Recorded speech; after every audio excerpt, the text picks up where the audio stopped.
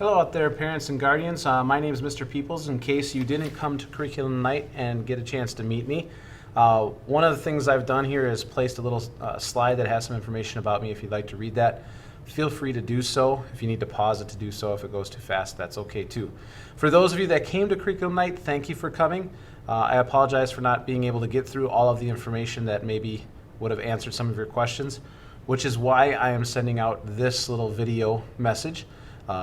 Feel free after this, if you have questions, to contact me either by email or phone call, and I'd be happy to discuss anything that you might have questions about or would like to maybe talk about why we're doing things. So, like we talked about on curriculum night, how you can help your child be successful in class this year is encouraging persistence, really focusing on helping those students realize that they can make mistakes and they should learn from those mistakes. Talked a lot about on curriculum night about these things, and so I'm going to go briefly through them. But it's really important that the students are willing to take chances and make mistakes, and then also able to look at those mistakes and learn from them. Try to support their learning by setting up routines at home. So even if they don't have homework some nights, still get them in the routine of doing 10 to 15 minutes of something academic. Maybe it's reading a book, maybe it's researching something they're interested in, but doing some type of academic work that they can get used to being in that routine. Also, a nice quiet place to work where they can focus is also very helpful to support their learning. Set high expectations, really focusing on reinforcing their effort. There's, like I said at curriculum night, there's some very persuasive research out there about praising students for intelligence versus praising students versus, for their effort. And so we want to really focus on their effort. The research has shown that if you reinforce the effort, the students will be more willing to take chances, be more willing to make mistakes and learn from those mistakes. And then, of course, be their cheerleader. It's going to be a challenge for them at times, and let them know that you're there to help, that Mr. Peoples, that I'm here to help them as well, and that we're going to push them, but we're also going to provide them with some support, some tools to help them through those challenging times. I talked about on curriculum night about grading. The grading is a little bit different than when you were in school or when I was in school. Rather than taking a 100-point scale, on the right, when I communicate the grades to you in the grade book, you're going to see these scores, either a 4, a 3.4, a 2.6, or a not there yet, or an NTY. And we have, I'll get into kind of how the grade book's divided here in a second, but a student will not be able to, on a summative assessment, they will not be able to score below a B because that indicates they didn't master the standards.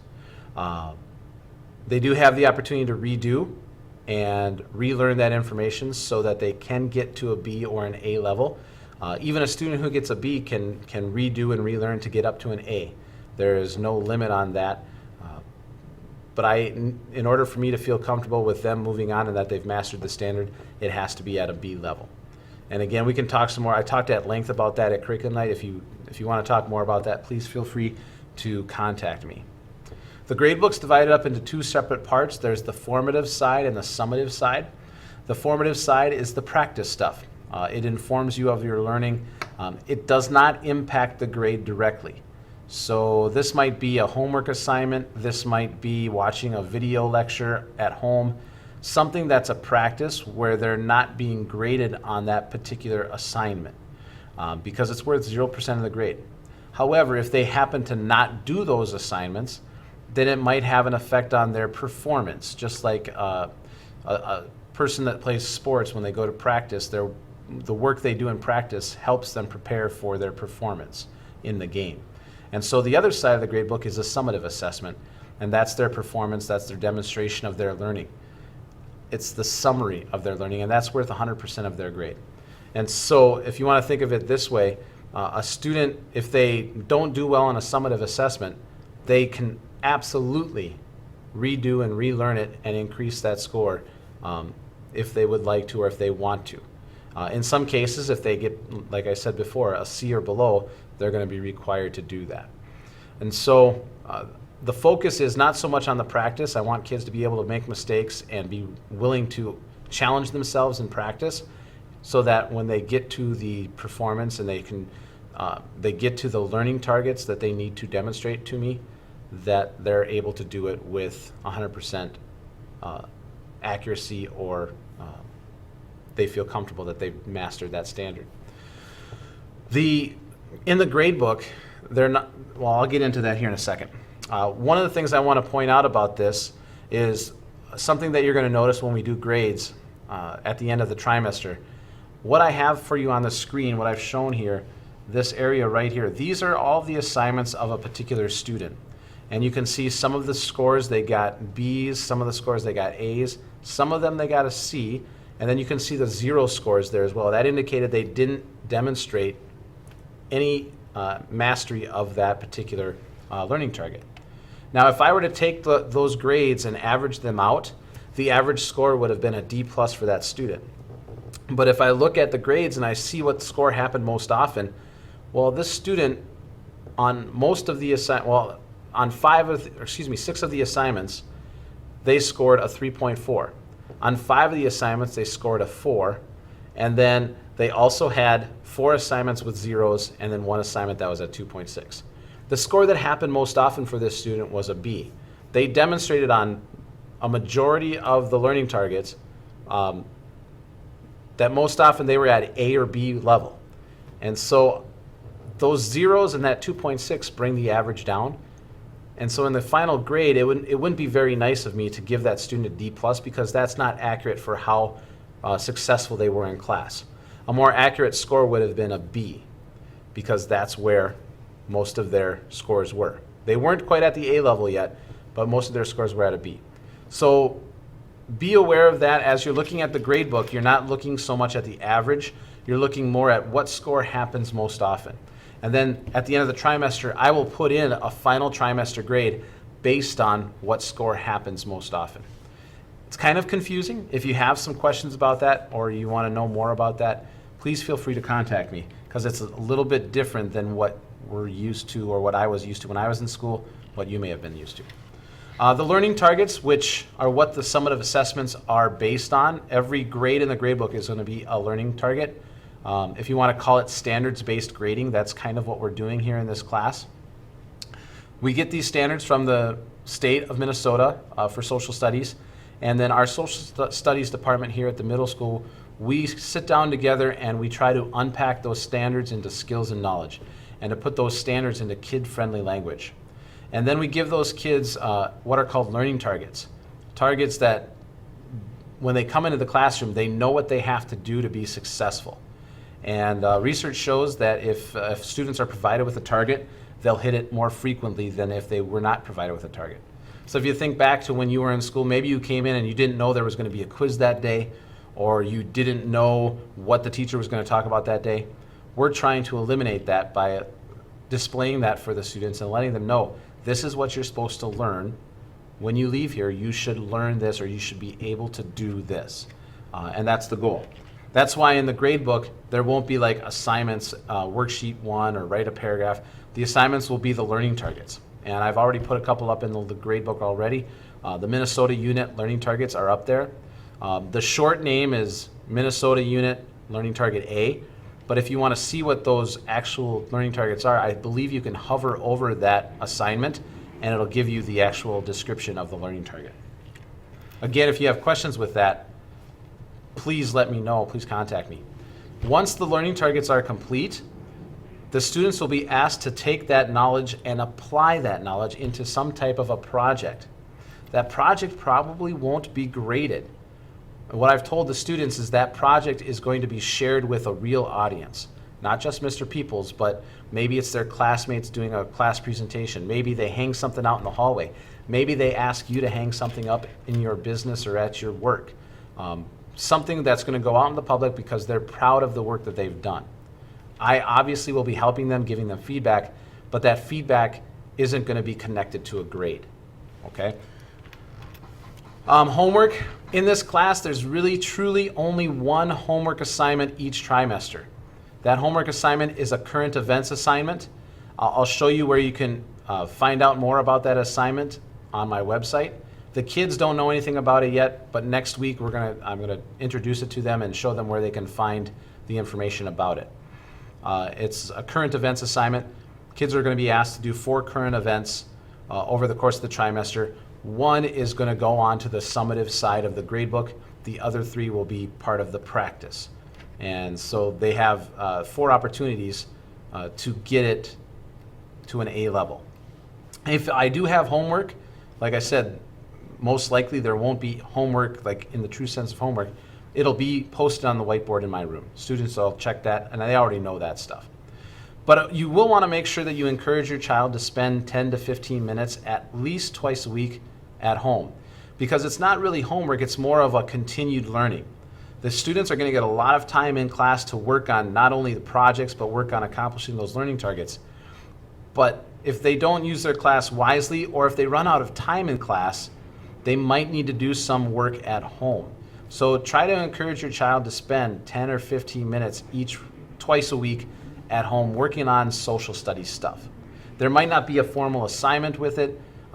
They might just be trying to research their learning targets, but really encourage them to do that. The other thing about homework, if a student's working beyond their normal bedtime, please tell them to go to bed, stop doing their homework, go to sleep, because that sleep's more important for their health than the homework is. Just send a note, send an email, call if that happens. All of the teachers in the Meteor family are very flexible with that, but we just need to be informed of that's the situation. We would rather students be sleeping than doing homework late at night.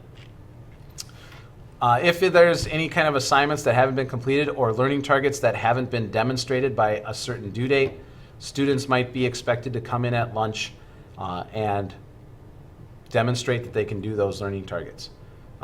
They'll be able to bring their food. They could also come in after school or before school, but that's something where if that situation arises, we'll try and make sure that they get the opportunity to do those learning targets.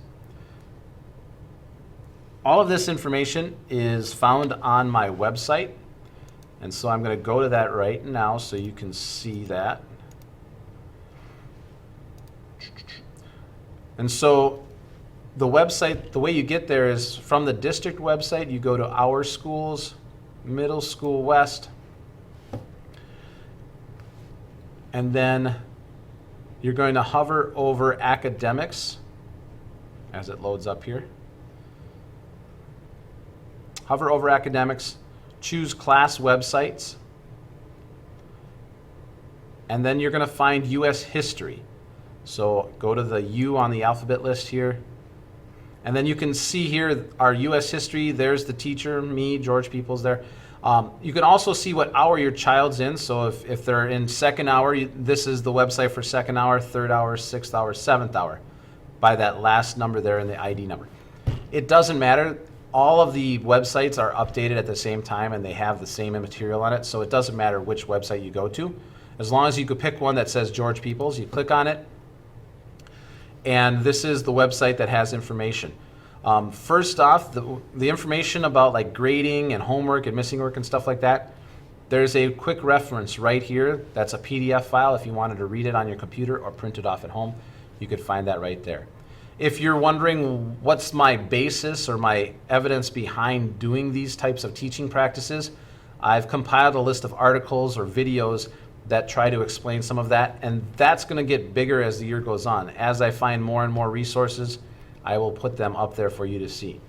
The current events stuff that I was telling you about, those are up here. There's an explanation video.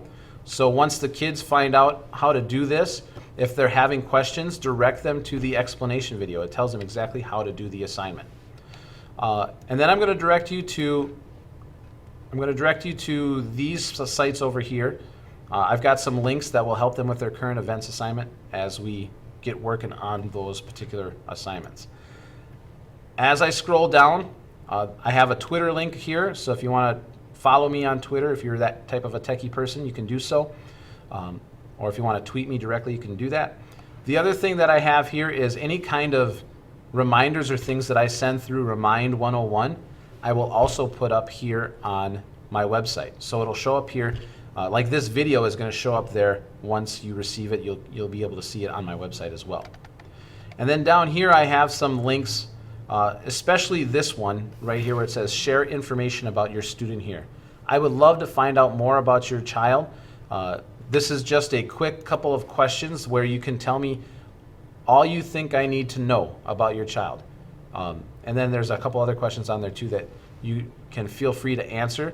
You click submit, and then it will be, then I'll get it and I'll be able to look at it and learn some things about your child that maybe I didn't know or that they didn't tell me. For my advisees, if you want to, you can check the conference schedule for our upcoming conferences on my website. So this is for my advisory only.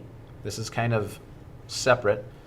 You can see some people have already signed up. If you want to sign up electronically, you can click this little link down here to request a conference time and then just follow the questions. You can also turn in the paper version that went home with your children today. All right. I believe I've covered everything. Hopefully I didn't take too much of your time. Please, as always, if you have questions, concerns, comments, please know that you can contact me. My username, or excuse me, my email and my phone number and voicemail are here. Use those to get a hold of me, and I will get back to you as soon as possible. Thank you very much for taking some time out of your Friday to look at this. Thank you again for those of you that came to Curriculum Night. It was very nice to meet all of you. And I'm looking forward to a great year with your children. Have a great weekend, everyone.